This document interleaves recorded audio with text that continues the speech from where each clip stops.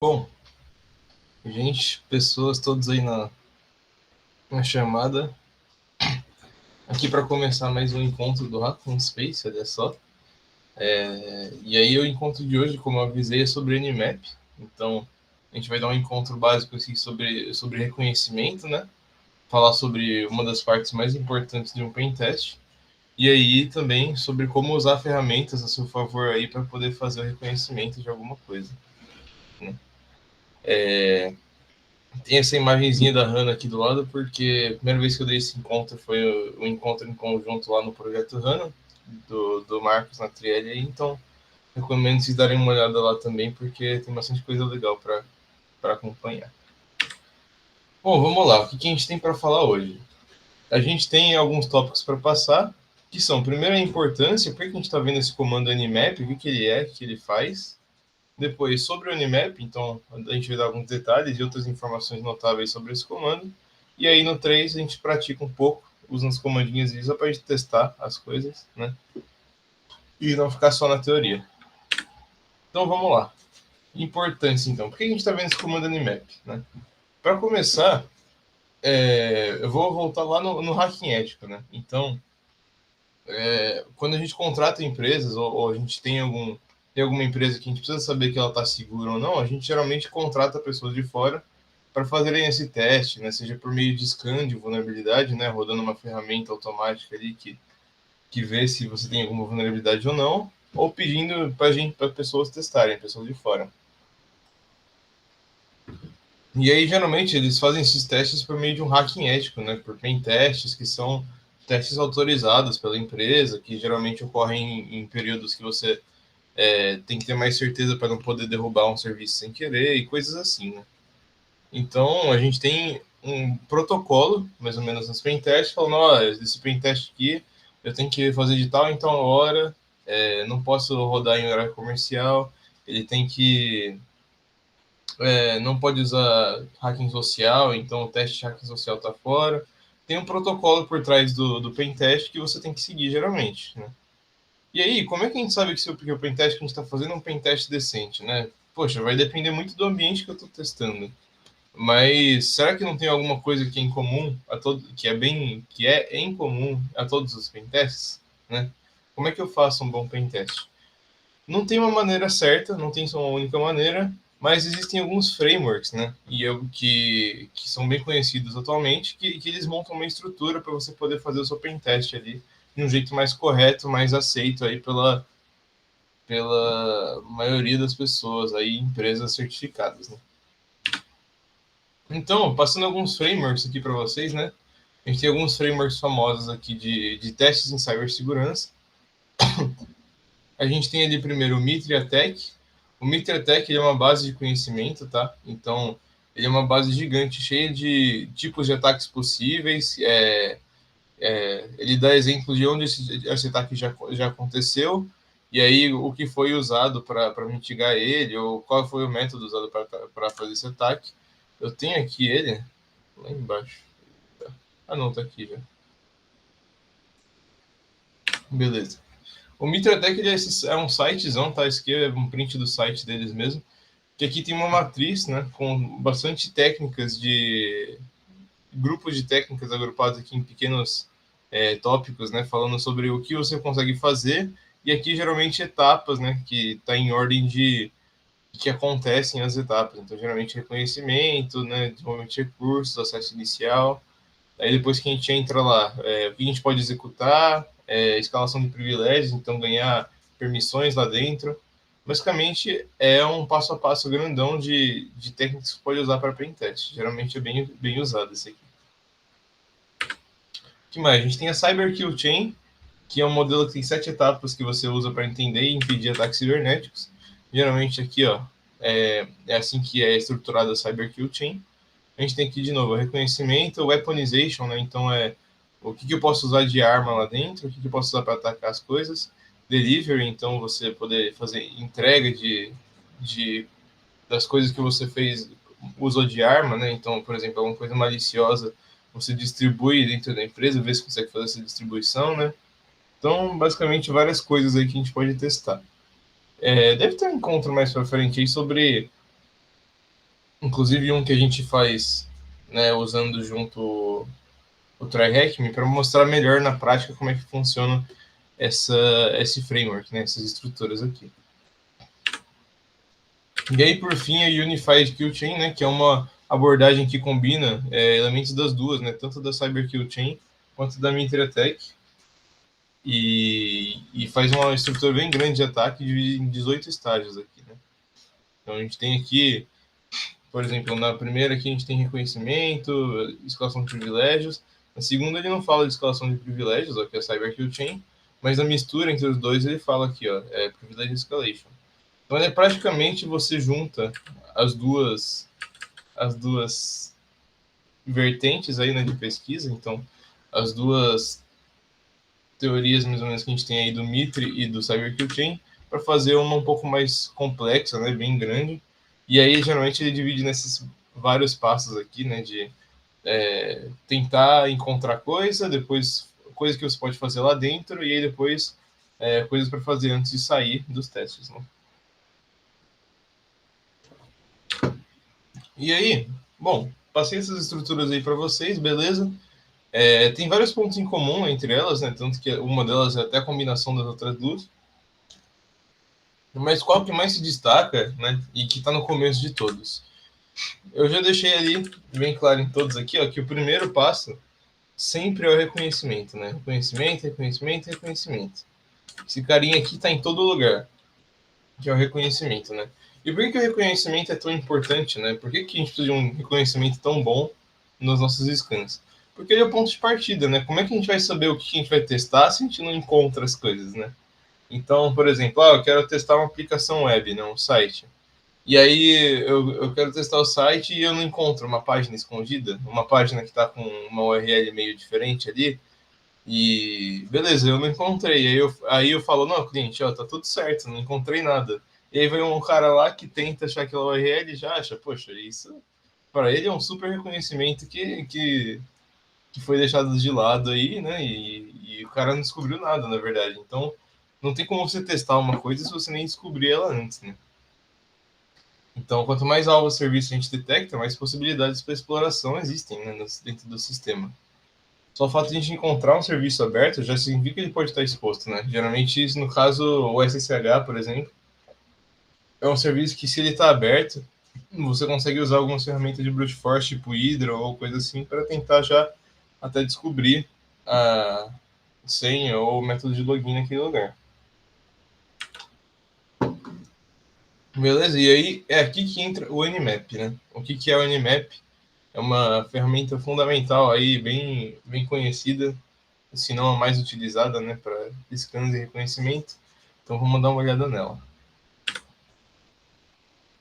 Né? Igual eu falei aqui, Nmap é uma das ferramentas de scan e reconhecimento de rede mais utilizadas, né, se não a mais utilizada.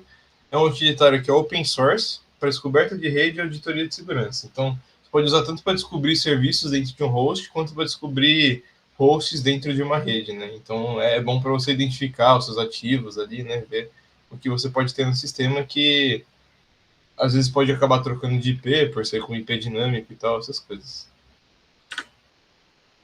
E como é que funciona o Nmap, né? O Nmap é bem simples, né? A gente já viu aqui a estrutura da linha de comando do Linux, né? E basicamente a gente tem aqui o comando Nmap, aí os argumentos, né? Que são opcionais geralmente, e aí a URL ou IP que a gente quer escanear. Né? O Nmap ele usa o pacote IP bruto, então ele realmente tenta fazer uma conexão com o IP, né? Assim, encontrando o host lá, vendo se tem esse tipo de coisa. Opa, aguenta aí. Onde é que foi isso? Não sei. Tá aqui. Continuando aqui então. Vamos lá.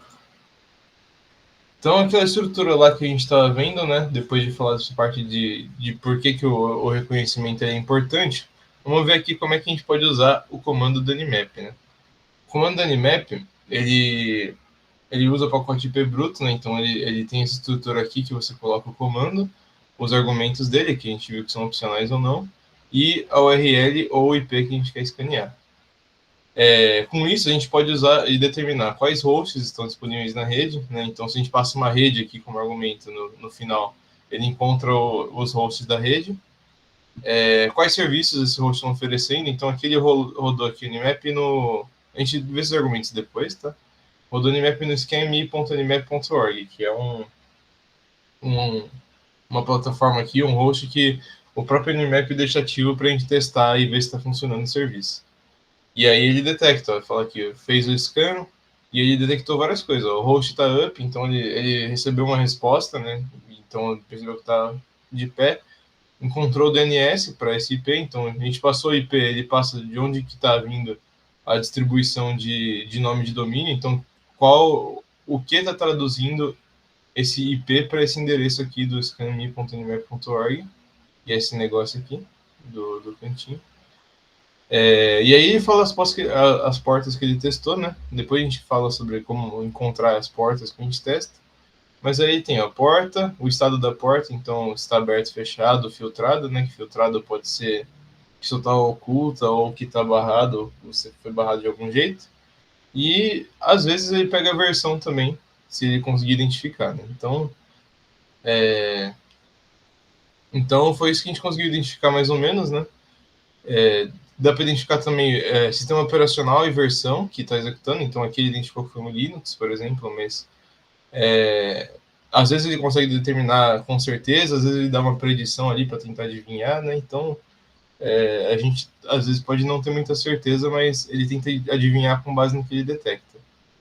E aí, tipo de filtro e firewalls que estão em uso. Então, por exemplo, tipo, nesse aqui agora ele fez um trace route, e aí ele fez tentando encontrar ali até onde ele conseguia chegar, que é a rota do computador que você está testando até o IP, né? Ele cortou os 10 primeiros pulos só para mostrar logo que ele achou o DNS mesmo. Então, mais tranquilo. Enfim, várias portas, várias coisas que a gente pode achar. Só de ter um Nmap completinho assim, com várias portas abertas, a gente já tem um ponto de partida do que testar, e isso é bem interessante aí para a gente poder aprender a mexer com o Nmap. Então vamos lá, para tipos de scan, né? O Nmap ele suporta vários tipos de scan. Nessa parte aqui do argumento, depois do Nmap aqui, que tem o "-a", "-t4", a gente pode colocar o tipo de scan. A gente tem alguns scans mais comuns e alguns avançados. Eu não vou passar exatamente por todos eles, eu acho que não. Mas saibam só que existem esses tipos de scans. Geralmente tem vários protocolos que a gente pode usar para fazer scan, né? E, por exemplo, eu falei que ele usa o pacote IP bruto, geralmente ele usa o pacote IP bruto para tentar identificar, mas, por exemplo, às vezes tem algumas plataformas, algumas pessoas de empresas que elas acabam bloqueando o pacote ICMP, que é o pacote que geralmente a gente usa para a internet, para achar o pacote de IP. E aí, bloqueando, você manda lá o Nmap com o scan por IP bruto, e aí não encontra nada, porque está bloqueando. Então você pode testar algum outro tipo desses scans aqui para tentar burlar esse tipo de bloqueio, né? Se for bloqueio no firewall e não for tão preciso, né? Mas eles geralmente são mais intrusivos também, esse tipo de scan do final, né? Que são mais avançados. E sendo mais intrusivos, eles fazem um pouco mais de barulho, de ruído, né? Então é mais fácil detectar que algum cara está usando o Nmap.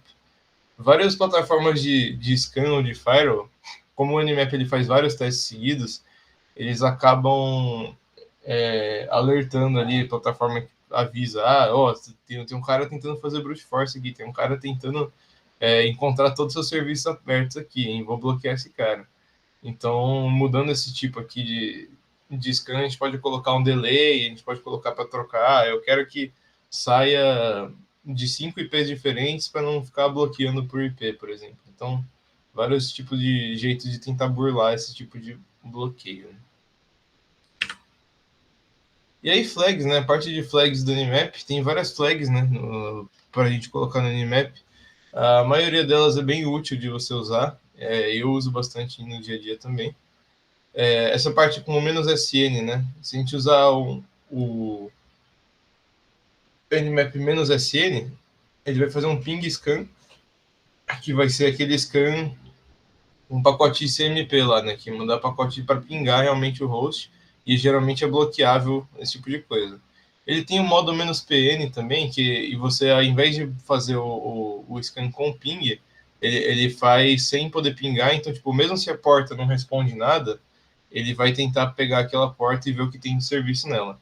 Porque normalmente no funcionamento do Nmap, se ele pinga uma porta e a porta não responde, ele dá a porta como fechada e vai para a próxima, né? Isso aqui é bom, mas tipo, ele leva um pouco mais de tempo se rodar como PN.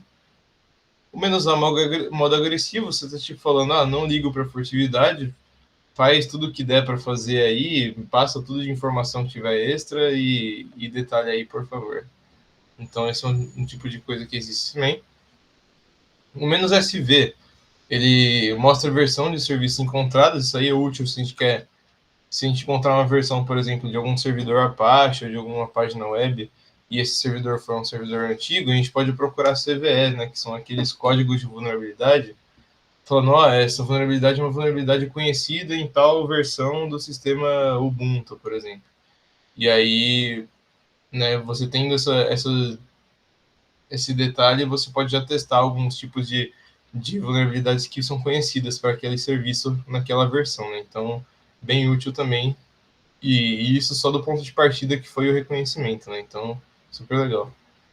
O "-O mostra o SO, né? Caso ele consiga detectar, que é o sistema operacional. E "-V", "-VV", "-VVV" e por aí vai, são para verbosity, né? Então ele vai detalhar um pouco mais verbalmente o que ele está fazendo. Então, tipo, falando, vou testar fazer tal coisa de tal maneira. Em vez de só rodar o scan, ele vai falar, agora eu vou tentar escanear essa porta com tal protocolo, por exemplo. E aí ele vai falar um pouco mais. Isso aqui é bom para entender o que está acontecendo por trás do scan, né? E aqui os T's, né, T1, T2 até T5, ele determina a velocidade do scan, a T5 sendo a velocidade mais rápida, só que quanto mais rápido, né, no T5 ele vai ter um pouco mais de erros, possivelmente, né, e é menos furtivo porque ele vai fazer na maluquice ali, escanear tudo junto.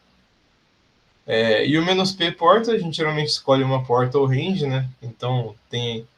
eu só quero fazer uma porta só, para não ter que escanear todas as 65 mil portas, né, do host, que esse vai demorar muito mais. Você passa ali a porta ou a range de portas que você quer testar. Normalmente, você roda sem essa flag, ele testa nas top 1000 portas do seu sistema, do sistema do host que ele está encontrando. As top 1000 portas não são as portas 1 até 1000, tá?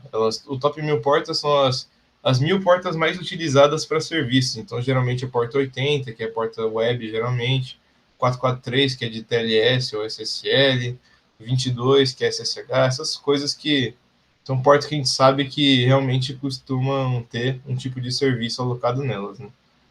Mas, usando esse comando aqui do "-P-", ele pega todas as portas mesmo do seu computador, que são 65.535.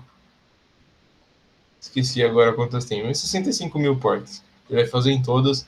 Geralmente leva bem mais tempo fazer isso aqui, tá? Com "-P-". Mas se a gente quer fazer um scan completo, não tem jeito, vai ter que usar essa flagzinha aqui. E scripts, vamos lá. Essa parte de scripts também, scripts em Lua.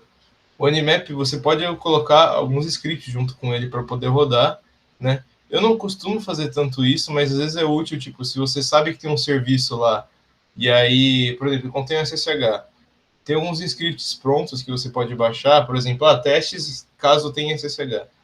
E aí você baixa lá no próprio Nmap mesmo, você baixa o script do Lua para fazer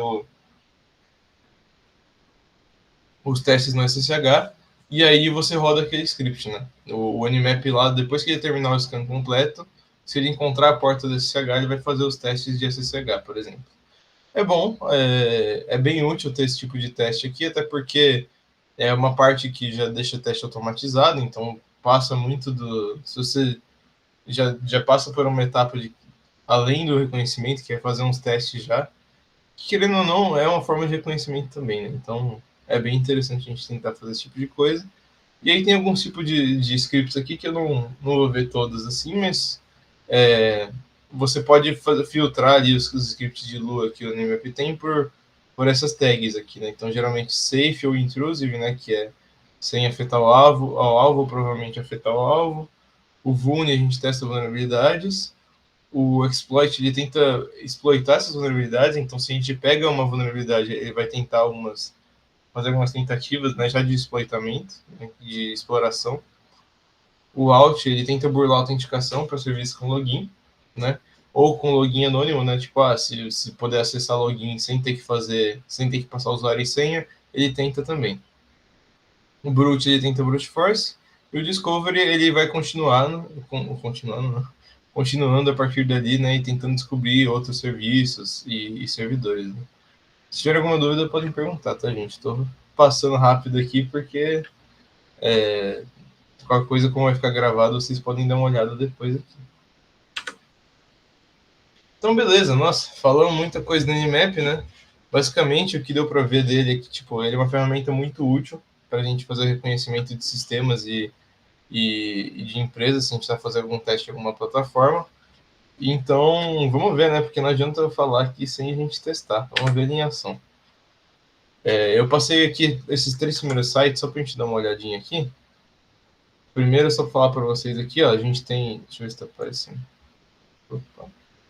Aqui. Tá sim. A gente tem aqui o site do Nmap, então nmap.org. Ele é uma plataforma bem completa e o site dele não é tão bonitão assim, mas tipo, tem bastante coisa legal que a gente pode ver aqui. Por exemplo, a gente tem o livro, né, que o livro é de graça também. Cadê o livro mesmo? Cadê você? Não, o livro não é de graça, é verdade. O livro não é de graça, mas a documentação é. A documentação aqui, você tem várias linguagens, tem em português que ajuda bastante a gente. E aí, tipo, falando sobre o Nmap, então, como usa o comando aqui, a gente tem aqui falando sobre o que é o Nmap, né? Aqui é a amostra do scan que eu peguei lá também. Então, realmente tem bastante coisa que a gente pode ver da documentação se quiser entender um pouco melhor sobre o Nmap. No próprio manual, eu tenho o Nmap incrível.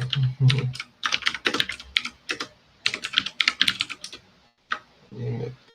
Não baixou o package por quê? Eu não tenho esse. Saco.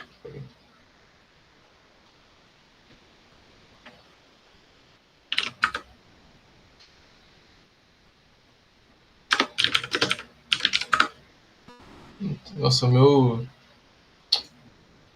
o meu Linux está explodido por algum motivo. Eu preciso consertar isso aqui ainda.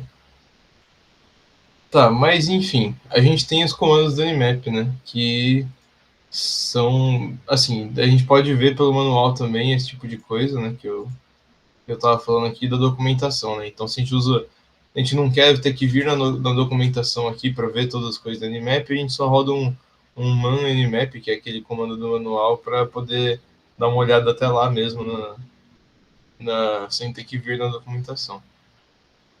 Tem também o ZenMap, que ele é uma interface gráfica, né? Geralmente você usa em Windows ela, porque o Linux, a interface do Linux pá, porque a interface do Linux aí pelo Nmap já é bem tranquilo de ver pela linha de comando, mas tem também a plataforma aqui do Windows que a gente pode usar para fazer esse tipo de scan. O que mais? Vamos ver. Aqui o cara só quis fazer uma lista de filmes e que aparece no Nmap, então um dos que o cara fica mais orgulhoso é o Matrix, né?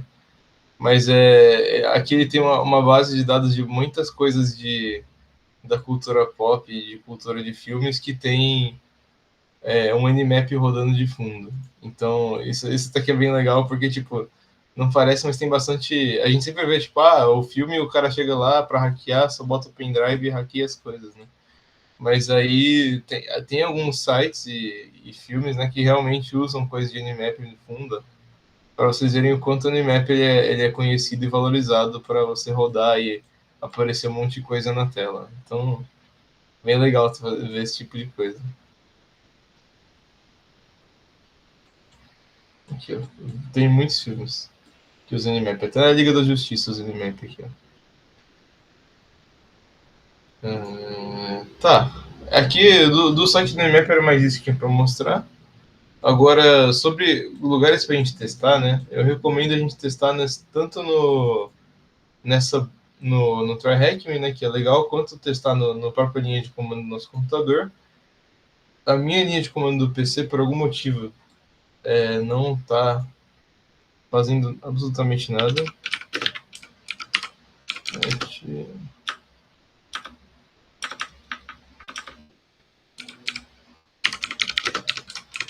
Será que é porque falta upgrade? Ou update? Isso, provavelmente é update. Nossa, que vai levar uns dias para atualizar. Mas depois, outro dia eu consigo mostrar aqui essa parte do material para vocês, porque vai ter bastante coisa para baixar. Eu vou deixar rodando aqui, vai que dá tempo, né? Mas enfim, eu vou mostrando aqui para vocês essa parte. Com o Nmap, o que a gente pode fazer, né? Então, eu deixei aqui nos slides, depois eu vou mandar esse material. Tem duas boxes do TryHackMe que são legais a gente ver para testar, até porque são boxes que são walkthrough, né? Que são aquelas boxes que você já sabe a resposta, mais ou menos. E aí é mais para você aprender a usar as coisas, né? Então, por exemplo, aqui ele fala o que é port scanning, né? Tipo, o que são as portas no nosso computador e como é que eu faço o scan delas, né? Usando o Nmap. Aí, ó, ele pede para você deixar a máquina. Eu não vou testar na máquina agora porque eu precisaria configurar o OpenVPN. Mas aí, ó, ele fala, tenta atacar essa máquina aqui usando o Nmap. Se você não sabe o que fazer, usa o Nmap-help, que é um comando de ajuda do Nmap. E aqui ele fala, ó, você vai fazendo, ele dá algumas dicas, né? Falando sobre, como é que você pega help, -H, como é que você faz o stealth scan, né? Que é o -SS, o -SU, que são aquelas flags que a gente falou no comecinho, né? E aí você vai fazendo e resolvendo aqui, é bem legal para aprender esse aqui, bem tranquilinha também, que essa é mais de boa. E aqui tem realmente um teste, né, na máquina que ele passa, então você roda, em que vê quantas portas tem, qual que é o protocolo que a gente está utilizando, né? Qual que é a versão do serviço que a gente encontrou. Então, é bem legal a gente testar esse tipo de coisa para ir se familiarizando o ambiente da Nmap, esse tipo de coisa. Já para essa outra box, que é a Further Nmap, que é o Nmap mais aprofundado, ela é bem legal e bem mais completa também. Você pode ver que tem 15 tasks aqui para a gente fazer, né? E aí a introdução é igual àquela do começo, né? Então foi o mesmo cara que fez. Só que aqui na parte do Nmap ele fala bem mais coisas, que ainda é do outro antigo. Ele fala aqui, ó, tipo, da parte dos scans, que são scans mais comuns, só que eles são menos intrusivos, eles têm um pouco mais de. Eles são menos intrusivos, mas também não tem tanto poder. Se tiver um firewall por fora, realmente vai bloquear esse tipo de coisa. Ou os scans um pouco mais intrusivos, né? Que são esses. O null, o fim e o Xmas, né? Que são mais intrusivos, só que também mais fáceis de serem detectados, né? E aí ele fala um pouco sobre cada tipo de scan, falando sobre como ele funciona bem aprofundado aqui. Então, se vocês quiserem conhecer essa parte aqui, é bem legal de ver. Por exemplo, eu vou dar um exemplo só que, tipo, o scan TCP, a gente tem o TCP, que é um dos protocolos mais conhecidos da internet, que é o de handshake, né? Geralmente ele usa o handshake, que é tipo, eu quero conectar com um sistema, vou mandar um request, né? Falar, eu quero escanear a porta 80 do sua máquina. Aí ele responde, beleza, a porta 80 da máquina tá up, pode escanear. E aí você fala, beleza, vou escanear para confirmar de novo. Então você pede a informação, recebe a confirmação, e aí você confirma que você recebe a confirmação. Quando a gente faz esse handshake, porque ele detecta a porta aberta realmente, e aí faz o teste, né? O que poderia acontecer? Por que daria para bloquear esse scan com o TCP, com o firewall, por exemplo? Que a gente pode mandar, tipo, eu quero escanear a porta 80 aqui com o sim, e aí a pessoa só não responder, tipo, não vou responder porque porta 80 não está liberada para pessoas com seu IP e tal, enfim, não vou responder. e aí ele dá a porta como filtrada ou fechada, né? E aí, poxa, você vai parar aí só porque você chegou numa porta fechada? Será que ela realmente está fechada ou é um firewall na frente, né? E aí por isso você pode tentar usar algum outro tipo de scan. O sim ele ainda depende da resposta de confirmação, né? Mas a gente tem aqui o scan, cadê? O DP, que é o scan UDP, que é aquele negócio de comunicação, tipo, eu não ligo se vai ter resposta ou não, vai ser um scan que a gente vai tentar chegar lá e tanto faz, se tiver resposta ou não, não tem problema. Aí isso faz ser muito bom, né, para a gente poder ter esse tipo de resposta mais certeira, mas, né, ele às vezes pode dar um negócio que não tem nada a ver, tipo, encontrou, mas na verdade ele está fechado a porta, ele encontrou alguma outra coisa no caminho e deu como encontrado. Então, é bem complicado saber qual tipo de scan usar. Geralmente, se tiver tempo e recurso para isso, roda um de cada até encontrar, né? Vai que dá certo. E aí, também, se a gente está fazendo reconhecimento completo, por que não testar todos os protocolos, né? E aí, né? O Nulfin e Exasmans, que são os que eu falei da outra vez, são mais alguns scans diferentes com que você seta algumas flags neles. O null ele não seta flag nenhuma, então ele não manda nem o sim, que é o que a gente falou aqui no começo, o sim not set, que é aquele lado de você conectar do handshake aqui, ó. Isso, esse sim aqui você nem envia, você manda um pacote vazio, nulo, e aí às vezes o servidor responde de uma forma aleatória, ou ele só responde falando, recebi nulo, viu? E aí você sabe que ele tá up porque ele respondeu. Então isso é um outro jeito, né, da gente conseguir encontrar esse tipo de coisa. O, o fim, ele vem só com o pacote fim, né, que é de terminar a conexão. A flag fim, ele é uma flag mandada para você finalizar uma conexão. E aí, às vezes, ele tem uma resposta diferente para finalização de conexão, você detecta que ele está de pé, entendeu? É tentativa e erro para tentar identificar se tem um serviço de pé ou não. E o Xmas, ele só manda um pacote todo torto, mal formado, com algumas flags aleatórias setadas aqui, só para você, né, tentar ver se realmente recebe alguma resposta aleatória. Eu não sei, tipo, ele fala que ele chama Xmas porque parece uma árvore de Natal quando você vê no Wireshark, que fica piscando, né, já que é tudo alternado aqui.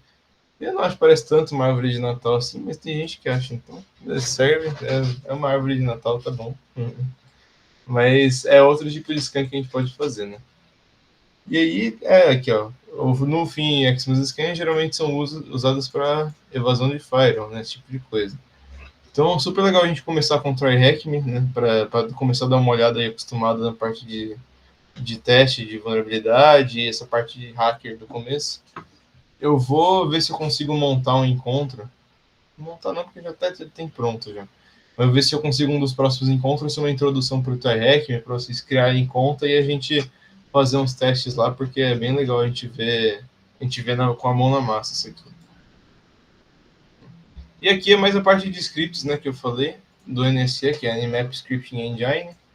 A gente tem a parte que a gente pode procurar os scripts dentro do Nmap mesmo, e aí rodar com as categorias que a gente viu antes, né, que é de autorização, categoria, esse aqui eu não quero fazer barulho ou modificar coisas internas, então eu rodo no modo seguro, né? E dá para você instalar scripts tranquilo, só só procurar na database lá do Nmap, né? Então, né, basicamente aí é mais isso que a gente tinha para mostrar. O Nmap ele é uma ferramenta bem completinha, né? Vocês podem até dar uma olhada um pouco melhor. Eu vou ver se eu consigo mostrar aqui se o Nmap ainda existe. Né? Porque o meu computador não estava pegando, beleza. Vamos poder testar, gente. Aí sim. E aí, como eu estava falando, o Nmap é uma ferramenta bem importante para a gente poder fazer o reconhecimento e poder fazer os testes, né? No nosso teste de vulnerabilidade. Vamos ver aqui. Onde que é?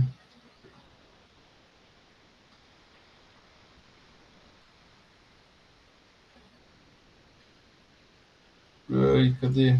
Aqui em cima, isso. scanme.nme.org. Aqui foi o scan de teste, né? Deixa eu até mostrar aqui. scanme.nme.org. Esse é o site que está de pé, ó. Tanto que a gente pode ver. Vai carregar aqui. Eu espero que carregue, ó.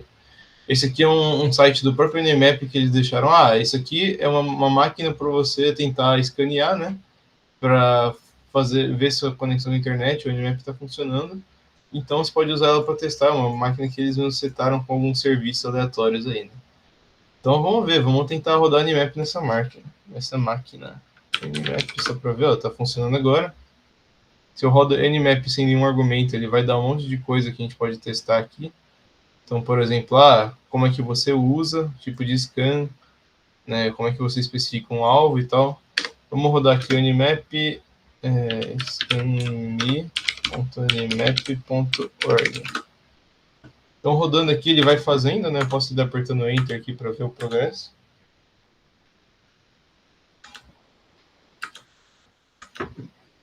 Né? Lembrando que como eu não rodei com o "-p-", ele tá fazendo só nas top 1000 portas, então era para isso que tá levando mais tempo se a gente fosse fazer um completão. E aí ele fez, ó, olha toda coisa que ele mostrou aqui. Ele mostrou Nmap Scan Report for scanme.nmap.org e a IP, ó. Ele encontrou a partir do nome aqui qual que é o DNS que tá traduzindo esse endereço, então a gente sabe que esse host aqui, ele tem esse endereço aqui. Tanto que se eu colocar esse endereço na barra de pesquisa, vamos ver se ele permite entrar pelo IP, se não permite. Permite sim. Ó, colocamos o IP aqui e aí a gente veio para cá, pro mesmo scanme.nmap.org, tá vendo? Isso aconteceu aí porque ele encontrou realmente aqui, ó, qual que é o IP que está hospedando esse domínio aqui. Então, muito legal a gente saber essa informação também. Às vezes esse tipo de coisa não tem um redirecionamento pro site normal, e aí se tiver uma coisa escondida aqui nessa parte que tipo a gente só consegue encontrar procurando pelo IP e não pelo site específico, a gente encontra algumas coisas diferentes lá. Outro endereço aqui é um endereço IPv6, eu nem sei se dá para colocar isso no Google, eu acho que não. Ele dá uns negócios meio diferenciados, mas muito provavelmente dá para encontrar coisa com essa informação.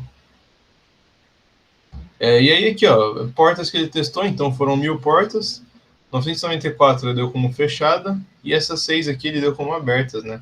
Que são esses serviços aqui, ó, a porta filtrada tem o serviço charging, a 22 que eu falei lá que é do SSH, tá aqui o SSH, 80 que geralmente é de site, HTTP tá aqui também, né? A gente tem vários sites, vários serviços que a gente encontrou.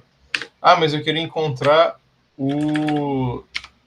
né, qual que é o serviço dessa máquina aqui, qual que é o sistema operacional dessa máquina, né? Então eu rodo com "-o", né, para a gente saber qual que é o sistema operacional. Vamos ver se ele consegue identificar a partir do scan. E aqui, ó, realmente, se a gente rodar, ó, ele vai terminar, eu acho. Deveria. Tá. Aqui, ó, começa aqui. Ele tá falando, ó, identificou aqui, né, tudo de antes. E aqui ele rodou uma tentativa, e aí ele coloca ali o porcentagem do tentativa que ele está tentando adivinhar qual que é o serviço. Então aqui, ó, ele não conseguiu identificar exatamente o host, né, pela opção operacional, só que ele colocou várias opções aqui de testes, né, e aí colocou também algumas tentativas agressivas de opção do que pode ser, né. Geralmente, se a gente roda com um scan um pouco mais agressivo, a gente consegue ter certeza, né, qual que é o sistema operacional. Só que essa informação, às vezes, ela é um pouco intrusiva, então nem sempre a gente pode rodar ela se a gente tiver a gente não tiver permissão de rodar.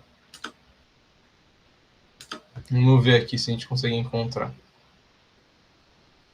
Enquanto isso, né, ó, só para mostrar, a gente usou sim Stealth Scan, né? Ele tá falando toda vez que a gente estava rodando scan, a gente estava rodando por esse sim Stealth Scan, que é esse tipo de scan aqui, né? Cadê? Tá aqui. O sim Stealth Scan, que é esse scan aqui que ele manda aquele sim, né? Que é tipo, posso dar a porta? Ele manda pode sim. E aí você, ao invés de retornar que você pode usar, tipo, beleza, confirmei, você manda um reset para resetar a conexão, que aí isso aqui pode dar como uma conexão não completa, e aí em alguns casos o alvo nem percebe que fez uma conexão, né? Porque não teve o handshake de 3 caminhos, né? Que geralmente é o que o TCP faz.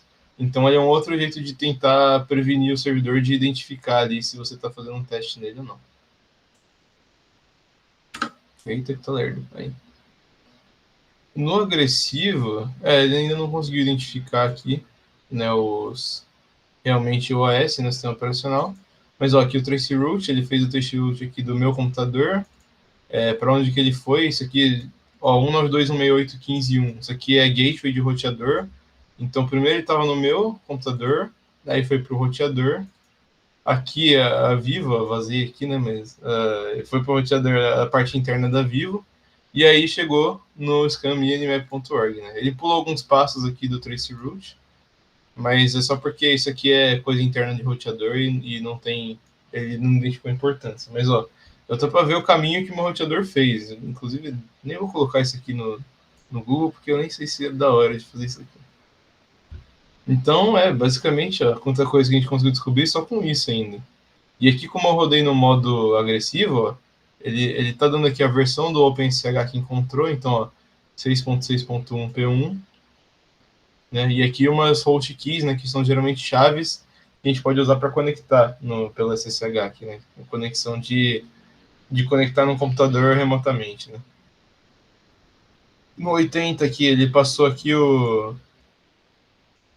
a porta HTTP, ele encontrou aqui um servidor Apache, HTTPD 2.4.7.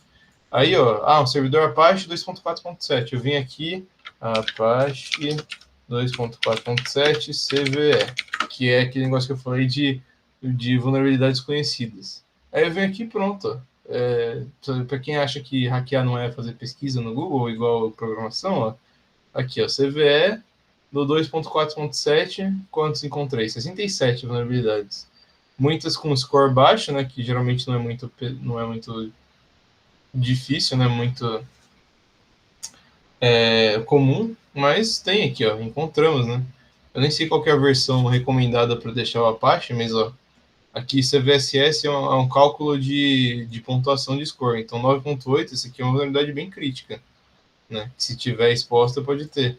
E aí daqui a gente pode só ir testando, segue testando as coisas lá, né, a gente tem o sistema, a gente sabe que o servidor é Apache, a gente pode encontrar como testar, né.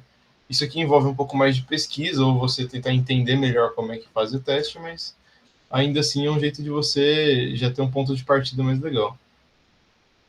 E aí aqui ele falou também, né, que identificou o título, né, Go Ahead and Scam, e realmente aqui o título do site é esse Go Ahead and Scam aqui, né. Então, bastante coisa mesmo que a gente pode pegar usando esse tipo de informação. Certo? Eu acho que era mais isso que eu tinha para mostrar, gente. Deixa eu ver se tem mais alguma flag interessante. SV eu já meio que mostrei os serviços já, as portas. Eu vou rodar aqui com todas as portas, só para vocês verem quanto tempo ele geralmente leva, né?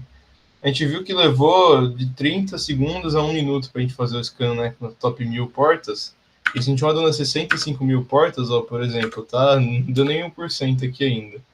Ele coloca que muito provavelmente vai levar uns 15 minutos para rodar, né? Deve ser mais rápido que isso, ó. Tá aumentando o tempo ainda, né? 18 minutos, né? Mas é uma estimativa aqui que ele vai levar um tempão para completar isso, porque são muitas portas que ele está escaneando aqui. Então, fazer scan não é tranquilo, não. Às vezes a gente não tem recursos, às vezes a gente não tem tempo para rodar tudo isso de scan. Então, a gente precisa ficar bem esperto aí em quais são as flags que a gente vai utilizar. Beleza, gente. Para fechar aqui só o encontro de hoje, né? Eu coloquei mais algumas referências aqui para vocês darem uma olhada. A gente tem tanto aqui os tryhackings que eu mostrei, o site da NMAP que eu mostrei também. Aqui tem um Notion, que é um Notion que eu tenho público de pentest, que fala mais ou menos algumas estratégias de pentest que eu ando estudando, pesquisando e documentando, né? Porque eu acho bem legal de mexer. E aqui, né, as referências que eu usei para ver, tipo, os frameworks das de pentest e reconhecimento que geralmente existem, né? Que eu comentei pelo menos que eram o Attack, né, o Mitre Attack, o Cybersecurity Kill Chain e a... esqueci o nome da outra, Unified Kill Chain, verdade. E era isso, gente. Aqui no finalzinho, terminamos o nosso encontro. Foi um encontro bem extensivo de informação, né? Por isso que ele vai até ficar gravado, então se quiserem dar uma olhada depois, é bem interessante vocês olharem. Pode até ver de novo no vídeo, né? Se tiverem mais alguma dúvida aí, podem mandar lá no Raccoon, tranquilo. A gente dá uma resposta, né? Se quiser aprender um pouco mais, fala com a gente aí também, que eu rodo Animap aí quase todo dia, basicamente, para o trabalho, então tem um pouco de costume aí com a ferramenta. Mas é isso. Quando vocês tiverem interesse, tiver mais sobre Nmap, reconhecimento ali e os próprios frameworks de scan, né? Só falar com a gente aí que a gente dá um jeito de falar com vocês também e passar essas informações, que é bem interessante a gente conhecer. Tá bom? Vou tirar aqui a tela. Como que eu faço isso?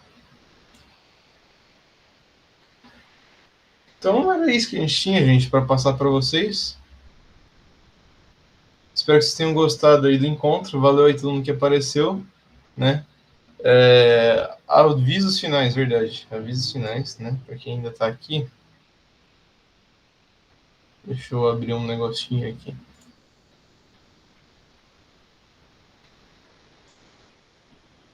Esqueci de mandar isso aqui.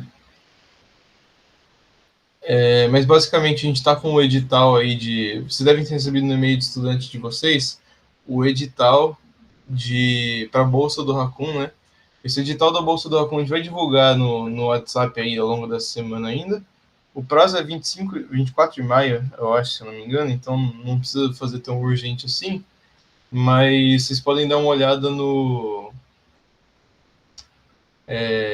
nesse edital, que ele é um edital bem legal para você poder conseguir alguma bolsa junto com o Raccoon para poder ajudar a fazer as atividades, poder, caso você precise de algum apoio financeiro, você consegue participar de tentar ganhar essa bolsa. Não é muito difícil, é só você se envolver um pouco com a Raccoon Space ali que você conseguir aquela bolsa, né? A gente não pode fazer indicação, né, expressiva de essa pessoa aqui a gente quer que ela receba a bolsa. A gente não pode fazer isso. Mas um dos critérios principais para a bolsa é ter bastante envolvimento com a Raccoon Space, até porque a gente essa bolsa é para ajudar a gente com as atividades, né? Então tem isso. E aí uma outra coisa última que eu queria mostrar é o formulário aqui que eu vou mandar no Meet, que é o formulário aqui de inscrição para a equipe do Raccoon Space. Então, se você quer fazer parte da equipe, não, da organização.